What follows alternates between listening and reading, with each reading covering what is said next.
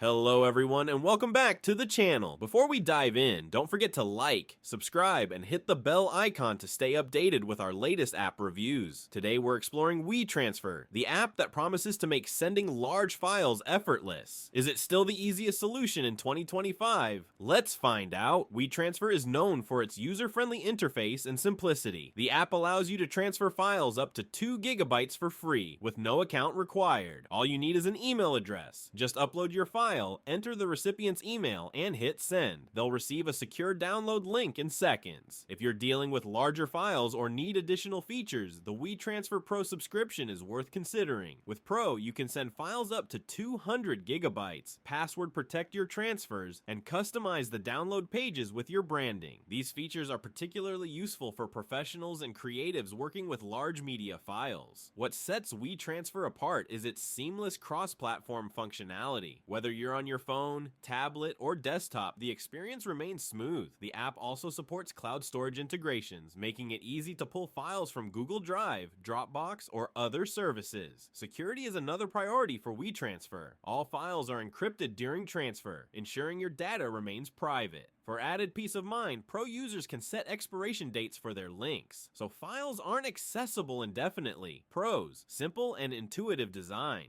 Free version supports up to 2 GB transfers. Pro features offer flexibility for large files, secure and encrypted file sharing. Cons: limited features in the free version. No real-time file collaboration. So is WeTransfer still the easiest way to send large files in 2025? Absolutely. Its straightforward interface and reliable performance make it a standout option for both casual users and professionals. If you frequently work with large files, the Pro subscription might be a game changer. Thanks for watching. If you've used WeTransfer, share your experience in the comments. Don't forget to like, subscribe, and check out our other app reviews. See you in the next video.